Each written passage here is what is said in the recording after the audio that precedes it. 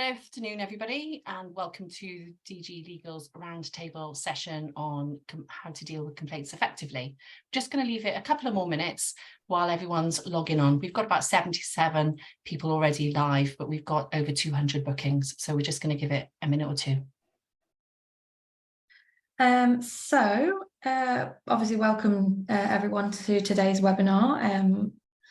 As Sarah said, she's introduced, so I won't go over that again. Just to let you all know that a recording of the webinar will be available. So if we do run over and you need to leave, you'll be able to watch the rest at another time. We are in webinar mode, so we can't see or hear any of you. So please do use the Q&A function so that you can ask any questions that come to mind. We do encourage you to take advantage of today's webinar, ask questions. And also, if you see any questions in the Q&A that you would like to hear the answer to, you can like them, and then that will help us prioritise which ones could be answered in today's session should we start to run out of time. So I will introduce you all briefly to our speakers today, if Sarah hasn't already done that. Brilliant. All right, well, I'll start with Sarah. So Sarah is a fellow member of the Association of Chartered and Certified Accountants. Her career spans over 35 years working within the legal sector, fulfilling roles from COFA through to CEO. During her career, she has worked with a number of legal regulators, professional bodies and government organisations. Sarah has been a member of the Institute of Legal Finance and Management throughout her career, qualifying as a fellow member in 2005. Sarah also served as chairperson between 2010 and 2012 and continues to serve as an executive council member. On to Paul now, a qualified barrister. Paul graduated in law from Birmingham University and was called to the bar in 1994. Subsequently spent almost 20 years working for the Law Society of England and Wales, initially with the Office for the Supervision of Solicitors and then the Legal Complaints Service, and ultimately the Solicitors Regulation Authority. Paul is adept at understanding audits and providing succinct reports on areas for improvement, and can assist firms with advice on all aspects of SRA compliance and anti-money laundering procedures, as well as being a subject matter expert in relation to resolving service complaints. And finally, Rhiannon has an extensive career ranging from PLC, private practice and consultancy. She has worked with the best in the field and successfully networks and manages business relationships at all levels. Having had long-term operational responsibility for yearly budgets in excess of 60 million and employees in excess of 450 across multiple offices, Rhi has extensive recruitment experience, career development and man management experience, along with significant strategic due diligence, gap analysis and financial forecasting skills. So without further ado, I will start us off with our first question for today. And that is, what tips can you give for effective complaints handling to avoid escalation to the legal ombudsman? And we'll go to Paul first for that one, please. Good afternoon, everybody. Effective complaints handling and avoiding escalation to the legal ombudsman. Well, the first thing I would say on that is, in my experience as an ombudsman, what was readily apparent is that in an awful lot of complaints, the complaints handling can become a little bit emotional. It can almost become like competing sides in litigation. I suppose that's the nature of law firms, that complaints can certainly feel quite personal and an attack on your professional credibility.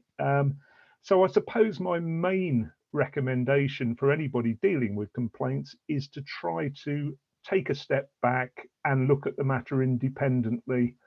Almost put yourself, when dealing with it, on an internal basis, as though you were dealing with it in the way that the legal ombudsman would deal with it. And really that comes down to a few basic principles.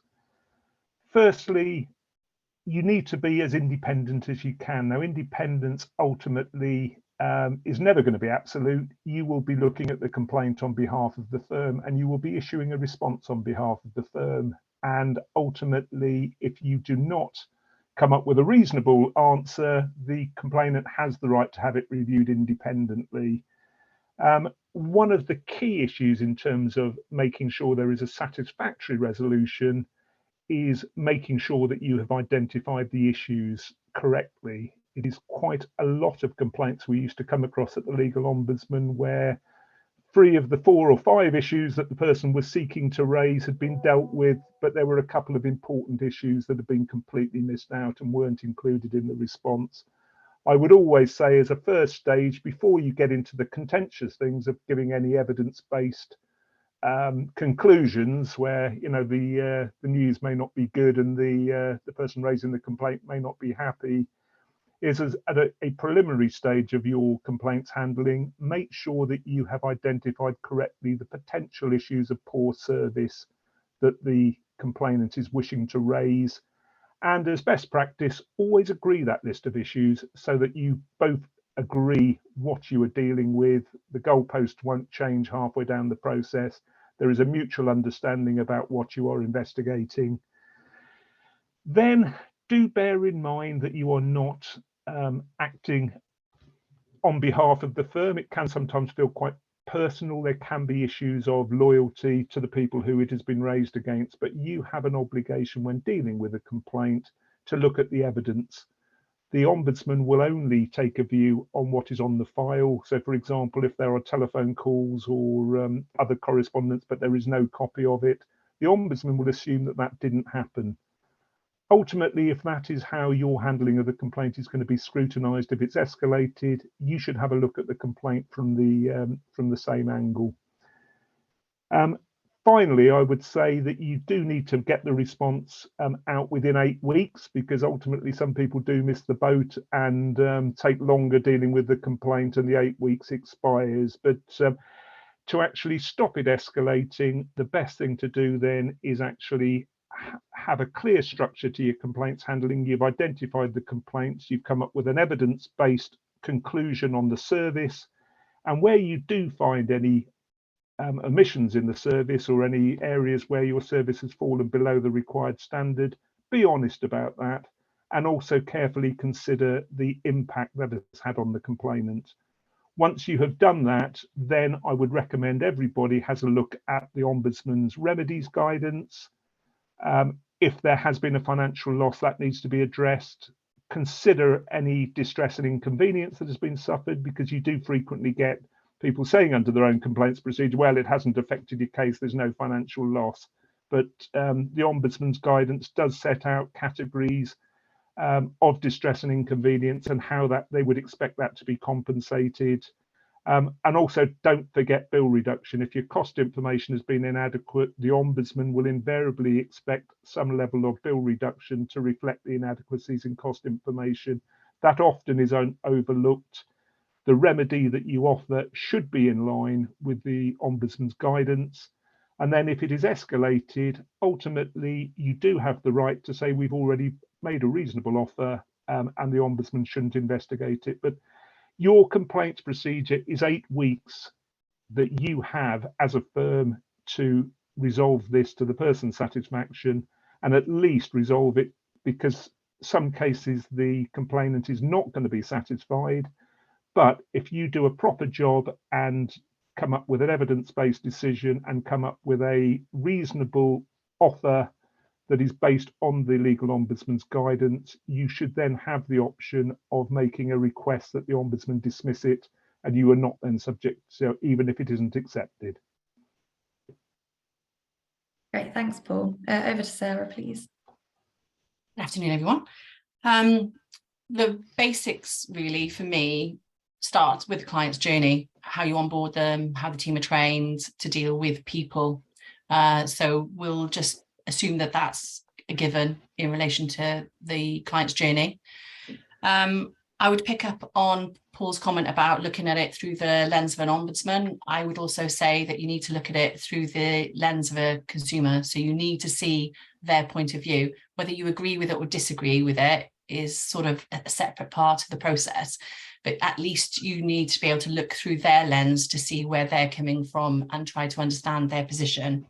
I then sort of would touch upon what Paul also said about being thorough. I would also then sort of say about the language that's used, the layout of how you relay this information. You know, don't use legal jargon.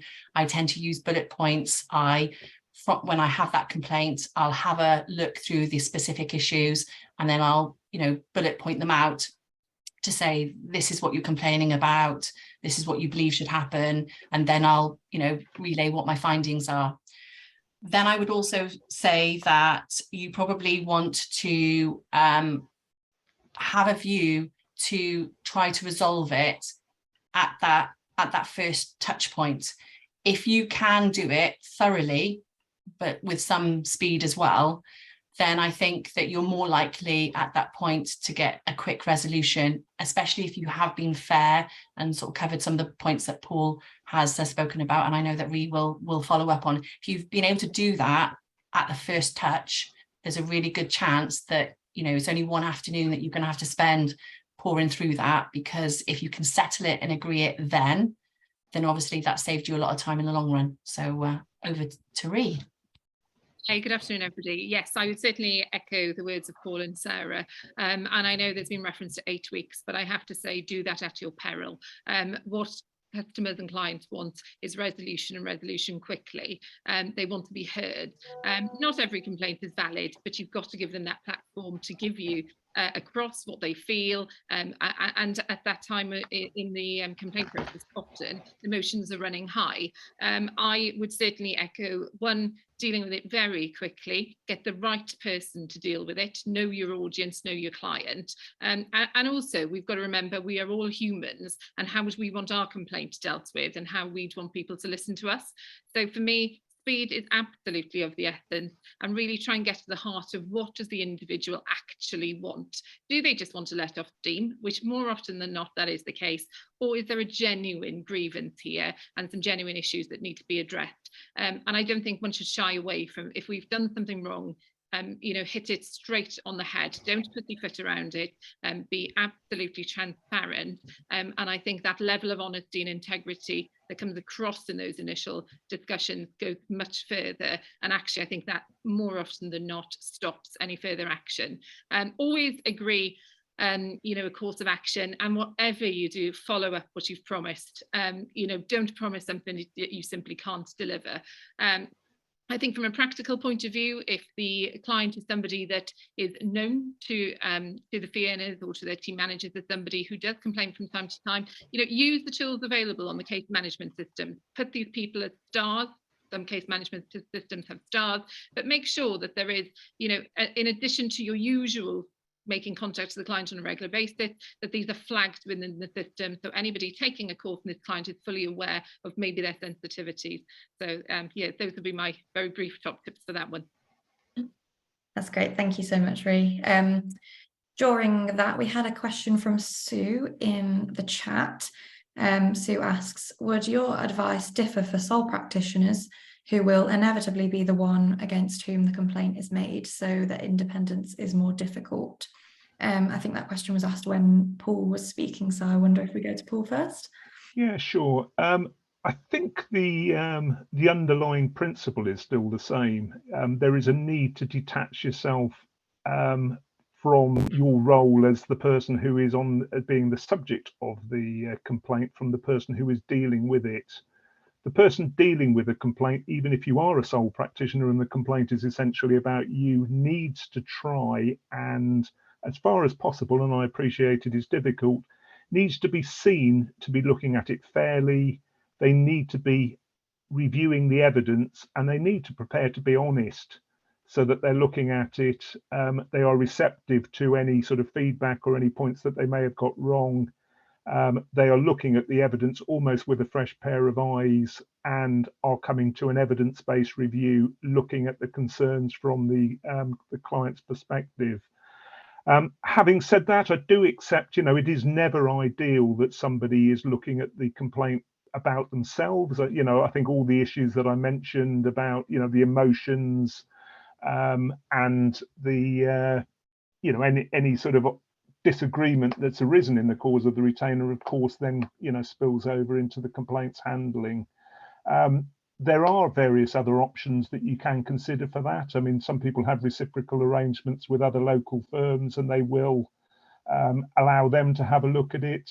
Obviously, firms such as DG Legal and consultants such as myself do offer an independent complaints handling service. So sorry for the shameless plug about our service, but in some cases, you know, particularly in emotional cases where, you know, the parties do feel quite entrenched and there is a need to get an extra degree of independence, that can be a service that is particularly useful in those cases because it enables an independent, fresh set of eyes to have a look at it. It does add an extra degree of reassurance to the client that it's being looked at afresh and independently. As I say, independence is always partial in this case anyway. I mean, you know, where, for example, we deal with a lot of clients and we prepare responses, the client is always going to ultimately make the decision as to whether they accept the recommendations that a consultant has made on their behalf, unless they specifically agree as part of their process that they're completely delegating all responsibility. But there are obviously risks with that approach. Most firms would like to have the ultimate decision as to whether they agree or, you know, want any amendments to a decision prepared on their behalf and whether they're prepared to accept any offers. But even so, you know, and even given that it can never be wholly independent, it does actually get a lot of extra buy-in from the consumers in those cases. And it's something I think sole practitioners should want to consider, either going to an independent consultant or possibly considering having a reciprocal arrangement with local firms where you look at each other's complaints and bring that degree of, you know, external scrutiny to the consumer's concerns. Brilliant, thank you. Anything to add from Rhiannon and Sarah? I've got a couple of things. I did put reciprocal agreement down as well, but I would also say that the sole practitioners group might be a good organisation to explore if they can provide that service. I would also say that although sole practitioners might have one business owner, you may employ multiple people. In my experience, most of the complaints, I'd say the majority of the complaints that I field aren't to do with the technical legal aspect of the work that was done. It's usually to do with the client not being updated regularly, expectations not being managed. So you may have somebody that's actually quite good or comes from a customer service background. So if it's not a legal technical point that they're complaining about, even though you're a sole practitioner, it might be a case for you to be able to get a view around what would a lay person find reasonable around, you know, returning phone calls, acknowledging emails and that sort of stuff. So that was my feedback on the question. I think they both covered it, to be honest. Brilliant, thank you. We shall move on now to our next question. So who should deal with complaints and what are the benefits of them being dealt with by a senior member of staff? And we'll go to Rhi to begin this one, please.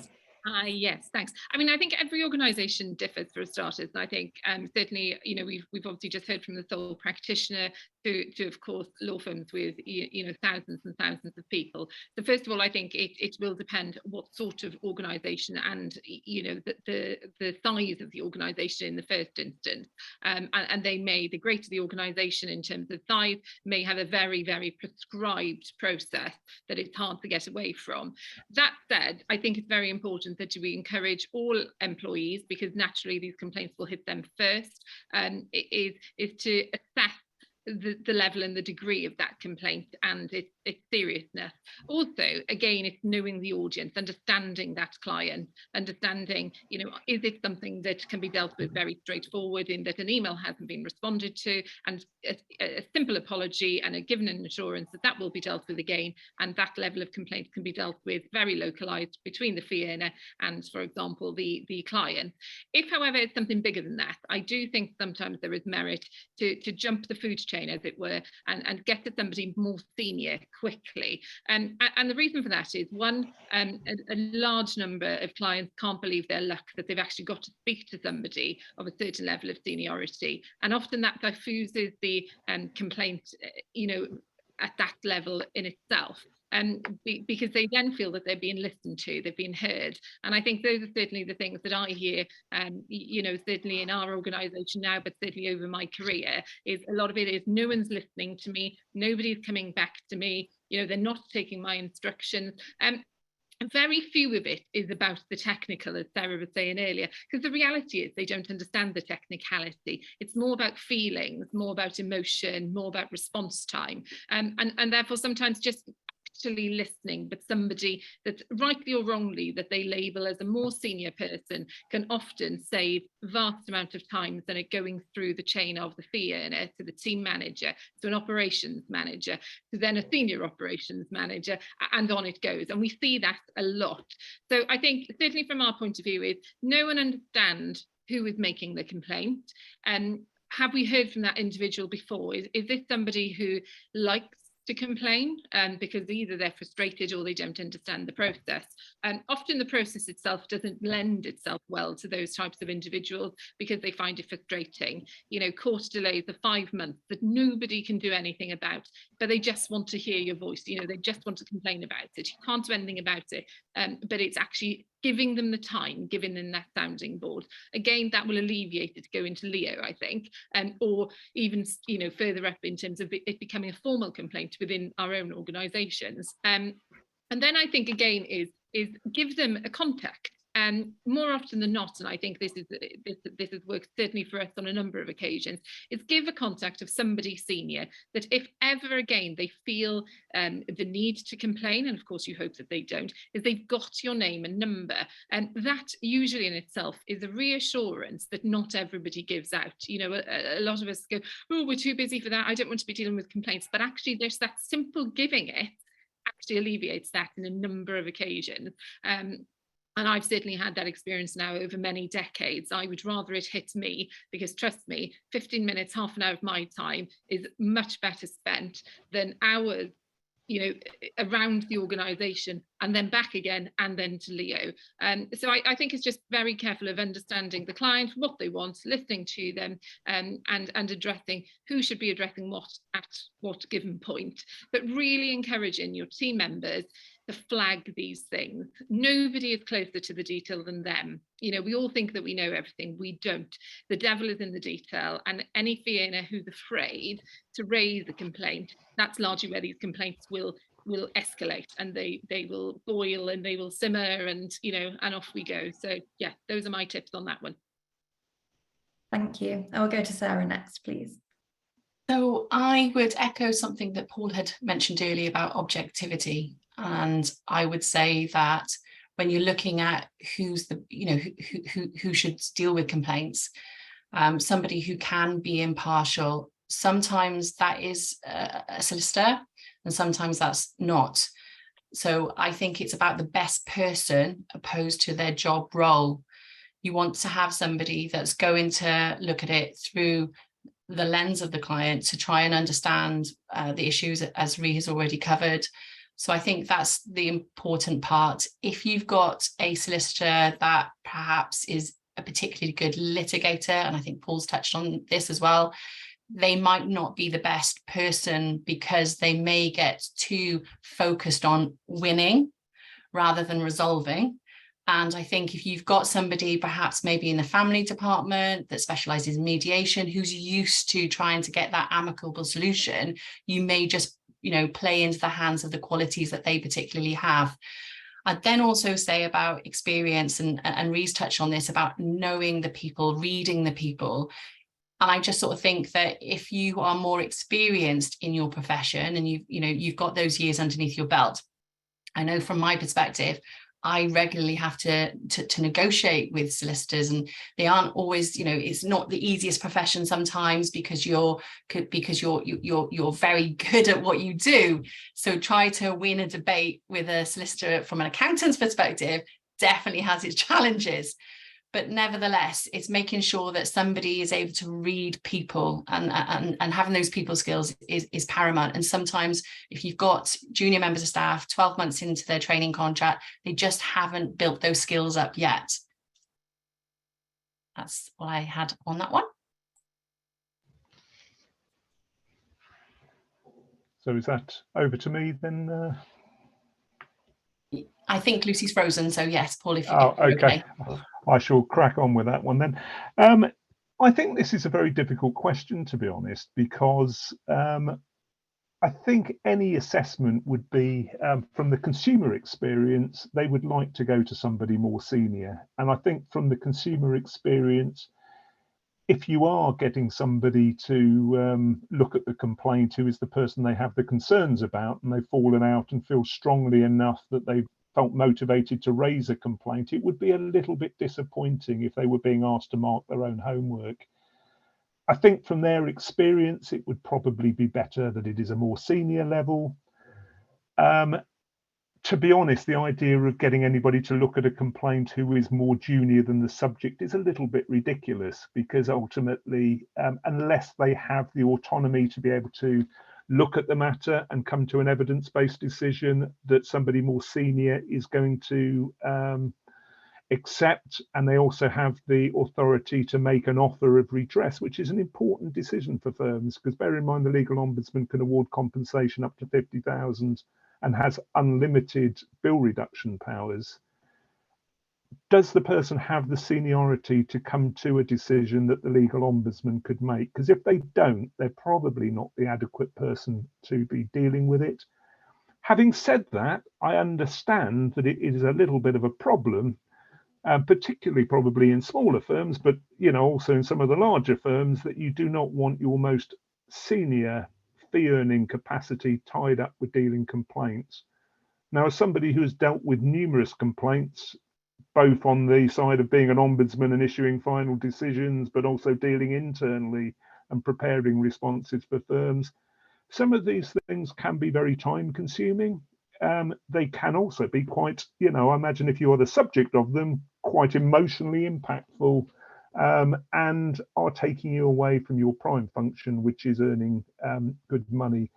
So there needs to be a balance there somewhere. The person dealing with the complaint needs to be able to investigate it fearlessly and come to a decision that is fair and evidence-based. If not, the ombudsman is going to be criticised, and the complainant will end up going to them.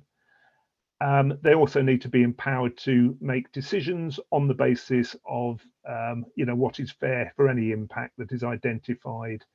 Now, there are different ways of doing that. I mean, you can have an independence complaints team, and as long as your senior partners support that and they know they have the backing, or there is a reciprocal arrangement with another solicitors, it doesn't necessarily, I would say, have to be the most senior solicitors. I'll sound like I'm tirelessly plugging my own services, but independent consultants as well, if they have the backing of the senior partners, can be an alternative solution that works well. One of the aspects I would say, and one of the reasons it is important that if the senior partner is not involved, they are at least having direct channels into the person who is delegated the authority to deal with the complaint, is that one of the things many firms miss through the complaints procedure is learning the lessons. All complaints are potentially, it sounds like some sort of customer service, corny course here, but all complaints are potentially gold in terms of identifying potential areas for improvement and ensuring that there aren't just a long succession of these things tying up. I think, therefore, the more senior the person dealing with the complaint, the more those lessons are likely to be learnt. And if they are delegated, you have a complaints team, or you are outsourcing your complaints either to an alternative, reciprocal arrangement to another solicitor, or to, a specialist complaints handling consultant such as ourselves, always make sure that any lessons are fed back to your senior partners and they are discussed as part of your ongoing strategic plan. Because if things are going wrong, there usually are lessons to be learnt, and it's very important that you do learn them as part of that process. The only final thing I'd say on that is, do think very carefully about your structure. So, I said earlier on, and I think Rhiannon correctly picked me up and said, don't leave every complaint 8 weeks. But having said that, the legal ombudsman scheme rules do give you 8 weeks until a complainant can escalate it to the legal ombudsman. So that is the totality of the time you've got. Now, some firms decide, well, we'll have a clever sort of structure whereby we'll have internal meetings. We'll have I've seen up to 3 stages of escalation where people will look at it. Generally, it will be escalated to a supervisor, and then it will go to a higher, more senior level. Anything more than one level of review for me is really creating problems, because do bear in mind, if the matter does ultimately go to the legal ombudsman, if you've set any timescales for internal processes and you miss those, then ultimately a case fee will be chargeable unless you are seen to have taken all reasonable steps to resolve a complaint. So if you have agreed anything other than we will respond within 8 weeks, that is an additional hurdle that you are setting for yourself that could potentially trip you up. Now, there may be benefits in terms of having one level of escalation so that the complaint can be dealt with, but more senior management can intervene if it hasn't been possible to resolve it. Anything more than one level of escalation, I would say, is overkill. And it is always better, when I said 8 weeks earlier on, it is always better, I think in these circumstances, to under-promise and over-deliver than the other way around. If you actually say, well, it will take 8 weeks and you come back with a response in 2 weeks, the complainant's happy and everybody's happy. If you say you're going to come back in 2 weeks and it takes you 8 weeks, you're on for a case fee if it goes to the legal ombudsman, and you've probably got a complainant who's already unhappy because you haven't met the expectations you set.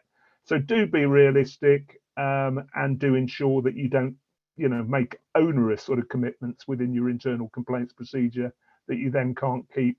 It is better, ideally, to come up with one good response, get it right once.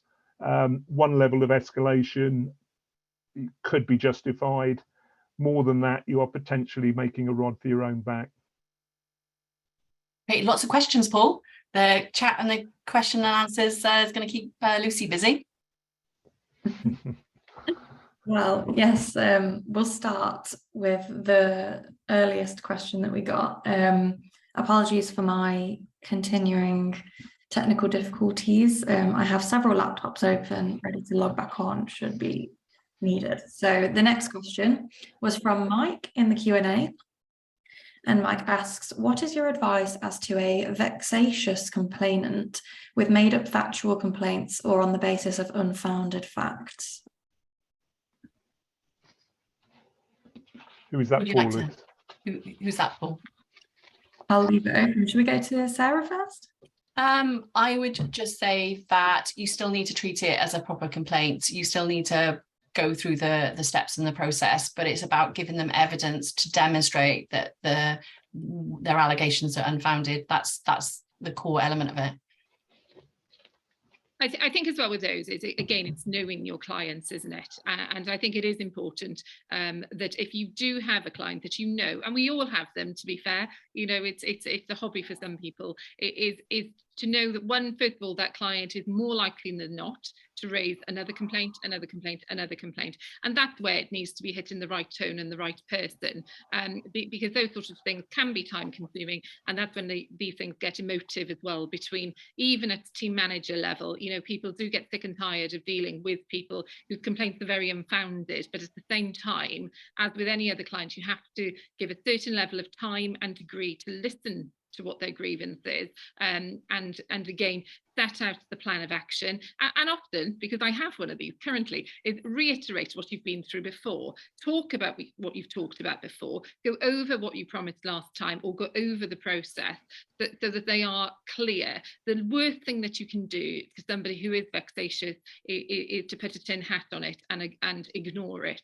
It is that type of individual, unfortunately, that will cause you more time and effort, and certainly Leo, because of course that's where they'll jump first, if you were to ignore this. So deal with it head on, and make sure that somebody is familiar with that individual, so that you're not having to go over old ground, or somebody fresh isn't to have to go over it over and over again. But be quite strict with that individual as well. And I think that's the way to manage them in the best way possible. They come and go, and eventually they do go. I would just add on that, I completely agree that the complaint still needs to be dealt with. I think it is also numerous occasions I've seen some quite difficult complainants who have raised about 49 issues of absolutely no merit. And the huge risk there is that they will potentially raise a 50th issue where actually they've got a point. And if you have just ignored them, you'll go to the Ombudsman and you'll suddenly find yourself having to deal with a complaint and be extremely frustrated where the vast majority of the issues have been found in your favour. But unfortunately, the Ombudsman will find against you on the one issue that where there had been a slip in the standards of service, and there will be a case fee on that basis. So perhaps my one advice, I said at the outset, always try and identify the issues. I think one of the problems with a vexatious person is that the goalposts will move and the level of issues will constantly expand. That is always an advantage to actually ascertain what the issues are at the outset. I think as well, my advice would be when you're dealing with somebody who you consider is vexatious, once you've identified the issues and tried to narrow it down to actual service issues that may, potentially be issues that you could look at as a service issue, do try and focus on evidence and why there is no merit in it.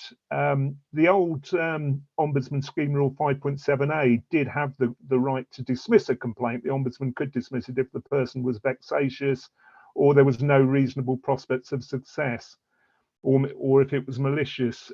As an Ombudsman who used to consider whether to dismiss complaints, we invariably would always dismiss on the basis that there was no reasonable prospects of success, rather than it was malicious or vexatious, simply because it's always difficult to know what a third party's motives are. So ultimately, if the complaint's been raised vexatiously, really it's easier to say, well, look, there is actually it's got no reasonable prospects of being upheld. Never try, I would say, under an internal complaints procedure to persuade a vexatious person that they are vexatious. That's an argument you're never going to win. Yeah. You are far better off sticking to a file and actually sticking to the evidence as to why there's no merit, rather than making it a personal attack on that person. If you do need to raise the vexatious issue, do that when it's escalated to the legal ombudsman and when you're making an application to have it dismissed. But I'd say before that, try to deal with it on a factual basis. I think Mike's asked another question after that, hasn't he, Lucy? Yes, so Mike asks, could you kindly elaborate on what could constitute to a complaint as opposed to repetitive expression of disgruntled clients on everything, such as not responding to every email, call, regular requests for updates, and so on? This has got your name all written all over it, Rhi. Sorry, what is a difference between a complaint as opposed to a grumble? Yeah. Yeah, so I think in terms of, I think you just, again, it's hearing what they're saying, isn't it? So I think if it's simple things such as, not responding, I don't like it, I don't like it, I don't like it, which I class that as a grumble, is what is outside of that? And I think it's very important to hear what they're saying and actually cut between the noise. These individuals, unfortunately, tend to do what I class as a lot of white noise, but sometimes there is some glimmer of actual truth to its heart. And I think that's the key, is trying to get to what's really at the bottom of this, because more often than not, there is something. And it's actually exploring the differentiations between, well, Mr. So-and-so or Mrs. So-and-so, we've now addressed that, your emails are being responded to. We're ringing you at the times that have been agreed. We've done all this. Do you agree? Do you agree? Yes. So what is it now? What is now at the heart of this? So I think that's probably the way to do it, is, and more often than not, you will then get to the point that either they accept, actually, there isn't really a complaint anymore, and it's just more grumblings, or you'll have got to the bottom that there is something. But I think as long as you've agreed all the things that you'd already agreed to in the first place, knowing that things are being dealt with appropriately, you will then go into one of two avenues. One, you're exhausted everything, and in fact, there isn't a complaint, or in fact, you will get to the heart of what's really going on here, and you can then deal with that actual matter. I think with these clients as well, the one thing I was thinking of, remember, if these people do go on and on and on and on and on and on and on, they do have the opportunity to take their file elsewhere. And I think that is something that you should offer them. Whilst you offer them, do assure them, however, that you're not trying to get rid of them. I think there's a massive risk by offering for them to take the file, that then the immediate response is, oh, you just want to get rid of me, you just want to get rid of me. So be very careful if you're going to do that, how you approach that, and your tone and your language and the like, because you don't want to be seen as just fobbing off the client. But sometimes relations do break down. There is no more trust in the organisation, in the individual concerned. But I do think if you are going to go down that route, and I have done that over the years, but you need to be very careful in the language that you use and give them the assurances that this is not about you wanting to get rid of them, but if they no longer have faith in you, that may be an option that they want to take up. Very, very rarely have I seen somebody do that if you pitch that in the right way. You may be glad to get rid of them, I hasten to add, but still. I agree with Rhi on that. We would generally give people the but make sure it comes across it's their choice, it's their option. You're just presenting them, you know, with another avenue of resolution that they might be satisfied. I'd also just sort of say that if somebody's just doing the odd grumble, and again, Rhi's touched on knowing your client, if it's just a case that that's their persona, then there is an element of white noise and you can just let it wash. But I would I tend to train our team so that if they are seeing a constant pattern of where a particular client is not happy, again, a well-worded email that just sort of says, you know, I have explained it to you. If you're still not happy with the response, you can escalate it through our internal complaints procedure. You give them a copy of the, so at all, that there's an opportunity for you to nip it in the bud and for them not to have complained 10 or 15 times, because it all comes down to context, doesn't it? It comes down to the type of transaction it is, and it comes down to what service level agreement you've agreed with them. How often did you say that you were going to touch base with them? If they have, if you're charging peanuts for a service because you're not going to be hand-holding them and you're not going to be touching base and they're going to only have fact sheets, and it might be a little bit harder for them to get in contact with you because you're doing it for peanuts, then it's about expectations and you delivering on the expectations that you've set right at the outset. I would just say on that, perhaps I would take a slightly more cautious approach than Sarah and Rhiannon on this, because the legal ombudsman's definition of a complaint is any expression of dissatisfaction. So ultimately, I would say effective complaints handling here is about mitigating your risks. And the last thing you really want is to be dealing with unmeritorious complaints that are being escalated to the legal ombudsman, where it's been deemed that the complaint has been raised with you. And bear in mind, a complaint does not have to be raised through your formal complaints procedure. It can be raised orally as well as in writing. It can be raised in an email. So the Ombudsman's definition of what is a complaint is very wide. Ultimately, your complaints procedure is an opportunity for you to deal with it and prevent it being escalated and having all the hassle of dealing with ongoing investigations with the legal ombudsman, which can be time consuming and quite stressful, even if there is absolutely no merit in the complaint at the end of the day. I mean, there's a 12-month delay in actually getting it allocated, although the legal ombudsman are taking steps to address that.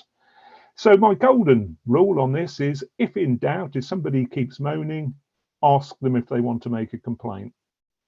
If they do, deal with it under your formal complaints procedure. And if they don't, document that you've asked them, document that they didn't want to raise it as a complaint. And then if they were to go to the legal ombudsman, you could say, look, we've asked them, they made it clear. And if they want to go to a complaint, we insist on our right under the scheme rules that the complaint is raised with us first. And having clarified it, they said it wasn't a complaint. If they now wish to raise a complaint, we will deal with it first before you investigate it. And the ombudsman will agree to that. So ultimately, if in doubt, ask the client. Brilliant, thank you very much.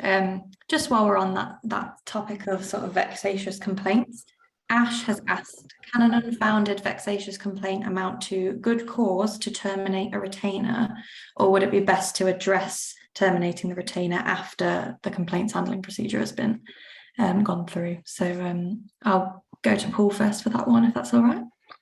Yeah, I mean, the two things are separate, because ultimately you should never be terminating a retainer simply because somebody has raised a service complaint. You should be receptive and willing to deal with a complaint and deal with it. But if somebody is vexatious and there is a clear breakdown in confidence and trust, then almost as a separate issue, you should be terminating the retainer. And, really, you should be terminating it with good notice. So it is, if you've taken the decision that the relationship has broken down to the point that you can no longer act in that client's best interest, it is better to do it straight away, and there is no reason why you cannot terminate it but agree to carry on dealing with the service issues. It is a slightly separate issue, though. The decision to terminate the retainer should never be prefaced completely on the fact they've raised a service complaint. It is a separate assessment of, has the relationship, the confidence and trust broken down, the mutual confidence and trust, such that you can no longer carry on acting in their best interest and they're better off seeking alternative advice. Brilliant, thank you. Would you have anything to add, Rhiannon? No, I was going to say the same. I don't think you should muddy those two things, to be honest with you. They're very distinct and separate, and that's absolutely key, because the last thing you want to do is terminate a retainer that actually is on the back of a complaint, which then I can guarantee you will end up in Leo, and I know exactly what they would then say. So very distinct and separate, and try to really keep the emotions very separate as well. There are very clear occasions when a retainer should be terminated, but certainly a complaint is not one of them, in my opinion. I agree with Rhi and Paul, but the only caveat I'd put is the terminating the retainer is more an SRA regulatory issue. So make sure that you read the Law Society guidance and obviously the regulatory, because there are situations like an upcoming court appearance where you coming off record would be detrimental to the case. So be very clear that terminating the retainer is to do with a regulatory process, and dealing with the complaint is the legal Leo side of things. So just as Rhi and Paul have both said, make sure you separate the two and you follow both streams of requirements. Great, thank you very much. Next question. Should we say sorry if we believe our service has been reasonable, or would this be an omission? And we'll go to Sarah for that one first, please. So I think it's important to recognise when you haven't delivered in a way that you would expect or hope. And I think Rhi has touched on the fact that the team are human, mistakes are going to happen. Don't think it makes the organisation weak, or we're not infallible. So it is important to say and recognise when you're sorry. What I would just add to that, it's very important around the wording. So it's important that you don't try to dismiss how they feel, what their experience, what their view is.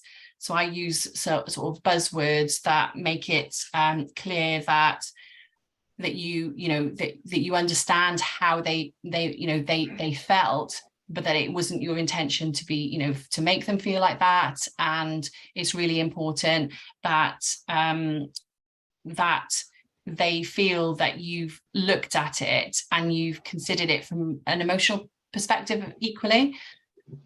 Most transactions are distress purchases, so you're often dealing with clients at a particularly vulnerable point in their life, so their emotions are running higher than maybe ordinarily they would be. So I think anything that you can do that acknowledges their feelings, so that's not saying that they are right or wrong in feeling like that, but you're acknowledging that that's how they felt, regardless of the fact whether that was intentional or not. And then I also try to look at if I have made changes as a result of them highlighting something that failed. So when I am saying sorry, they're not just shallow words. Quite often I might sort of say that we've put a member of staff or a team on some additional training in a specific area, or we've actually before now changed our process, the whole firm's process, based on a complaint that somebody had that I upheld because it was justified. So we made changes to how we work, and I relayed that. So I didn't just say I'm sorry, I actually said the whole firm has changed as a result of that for the better, and thanked them for taking the time to write the complaint. And quite often then, when later on there might be other things where you haven't agreed with them, they're more likely to accept that you haven't agreed with them because you've conceded a little bit earlier on. So they were my initial views on that. Over to Rhiannon for any additional thoughts. Yeah, I think this one is very much about language, to be honest. But I think the flip side is, I think, yes, we're very focused here on the client, but I actually think it's very important that the organisation actually supports its own members and its organisation when they haven't actually done anything wrong, because there is nothing worse than beating a dog when they're down, as it were, when in fact they haven't done anything. And I think that I'm very candid as an individual anyway, and I think if certainly we have done something wrong, don't shy away from it and say, yes, I'm terribly sorry we haven't. But if we haven't done anything wrong, yes, I think it's absolutely vital to recognise how somebody has felt and how may they perceive that that's how it's come across and what the intention was, etc., etc.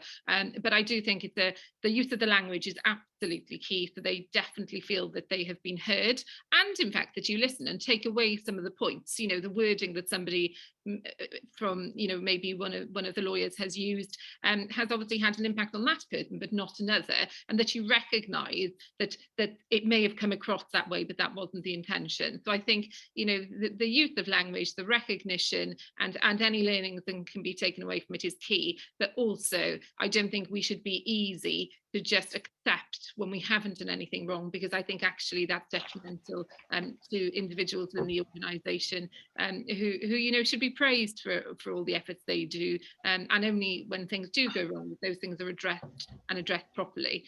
So I think you've got to support it both ways. Yeah, I mean, the only thing I would add on that, I mean, the Ombudsman Scheme Rule 5.21 specifically states that an apology will not of itself be treated as an admission of liability. So it is, within your gift to say sorry without making an admission. The scheme rules are specific on that.